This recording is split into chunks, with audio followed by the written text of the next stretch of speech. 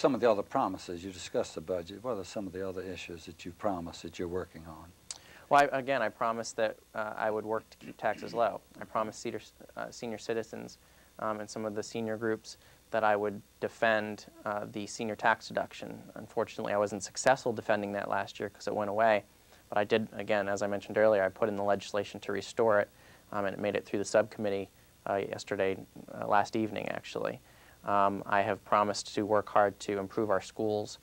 That's a long-term project, and I'm very much working on. I'm kind of soaking myself in education because I'm not a teacher or an administrator, and my experience in the public schools consists of my own attendance as a student. But I'm very much engaged in these issues. Transportation, finding creative solutions to transportation, my 5-point transportation plan that I talked about when I campaigned. We've done a lot of those things. We're continuing to move that effort forward. I'm going to be announcing in the next month or so, similar to my education advisor committee, I'm putting together a commuter advisory committee to balance the interest, because we have a lot of folks that are sluggers. We need to make sure that we, do everything we can to encourage them, because the service that they're providing us is incredible, and I don't think people realize that often. If we put all those sluggers into their own cars and put them on the road, if you think our transportation problems are bad now, they're going to be really bad then. So we need to make sure that they have parking. Is that part of the 5-point program you're talking about? The 5-point program that you mentioned. Well, commuters is a part of that, Okay. yes. But you know, I have a bill that's going through the General Assembly now. Along Route 1 in my district, there's a lot of abandoned shopping centers or underutilized shopping centers or strip malls that have big parking lots. And I think that those are great opportunities on a temporary basis to use those parking lots as commuter parking, because we have an overflow problem. Prince William has the largest commuter lot in the state at Horner Road, and it's the largest by far.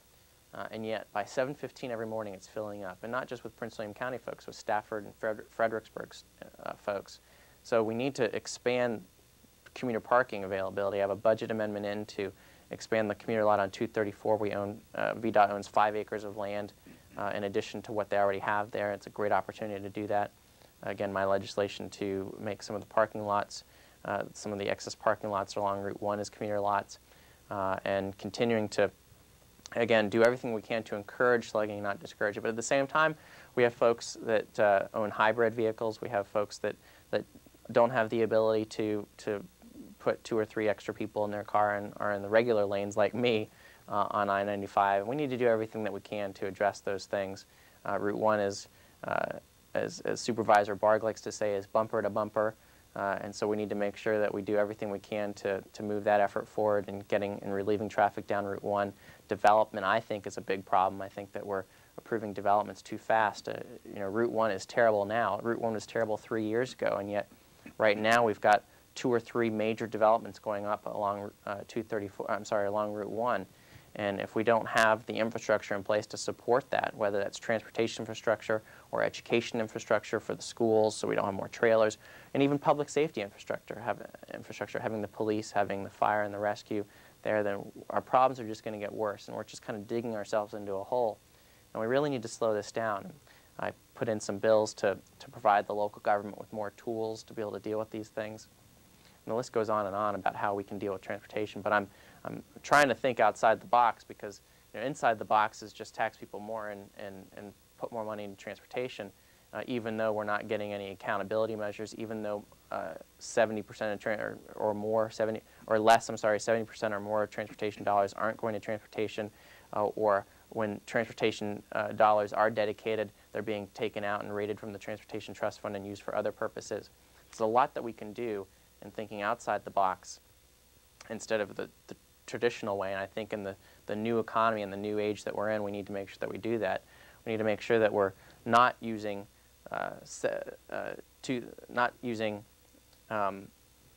ideas and solutions from the last generation and look towards the next generation of solutions and ways to address our issues and our problems. The Highway Trust Fund, tell me about that. Well, the Transportation Trust Fund is a fund that's there. All the current revenues related to transportation go into that trust fund. That's all the gas taxes, Some of the motor vehicle license insurance tax goes in there. License taxes go in there. It's a dedicated fund for transportation, and it makes sense. Revenues that are generated off of transportation should go into transportation. And so those funds go into the Transportation Trust Fund. Not all of them, and all of them should. I also had legislation to do that, to make sure that all transportation-related funds go into the trust fund. But even the ones that do make it in the trust fund right now, they can just be pulled out. There's no trust in the trust fund. And so we really need to lock that up, make sure that transportation dollars go to transportation, and get some fiscal discipline in that regard, making sure that we're doing what we say we're going to do. Last session they did address education. What other needs do you feel in the education category? Well, I think we need to look at ways to bring more free market principles into the classroom and into the schools. I think we need to make sure that parents are in control of their children's education. I think we need to make sure that teachers are rewarded for the good jobs that they do. And then when teachers aren't making the grade, that we need to deal with those situations in a quick way, because I don't think that students have a long time to wait. They're matriculating through a process, and every minute counts. So we need to make sure that they're getting the education that they deserve. I think it's important that the taxpayers are getting their money's worth. They're putting a lot of their resources into our schools. We need to make sure that the taxpayers are getting what they expect out of our education system, and most importantly, that the kids are getting the best education possible. Workforce development and community colleges, those linkages.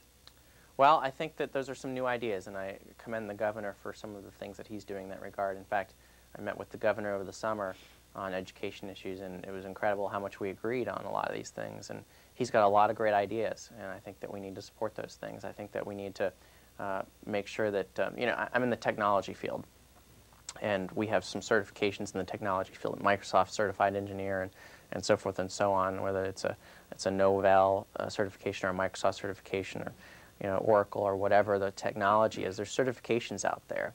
And right now, kids in school and high schools are learning these skills, but they're not able to get the certifications because the teachers or the instructors haven't been qualified to get the instructor certification. So one thing that the governor has been doing that I fully support is trying to, and it's not just on technology, it can be on auto repair and a litany of other vocations. If the students are given some of the tools that they need in high school, so that if they're not ready to go to college or that's not something that they're interested in doing, they can leave high school with the skills that they need and the certifications and the tools to go out into the workforce and become successful. Right now, an MCSE certified engineer can hit the workforce a $60,000 a year salary, and that could be right out of high school. So that's significant. That would really help us empower people to make something of their own lives and to be successful and to move through society.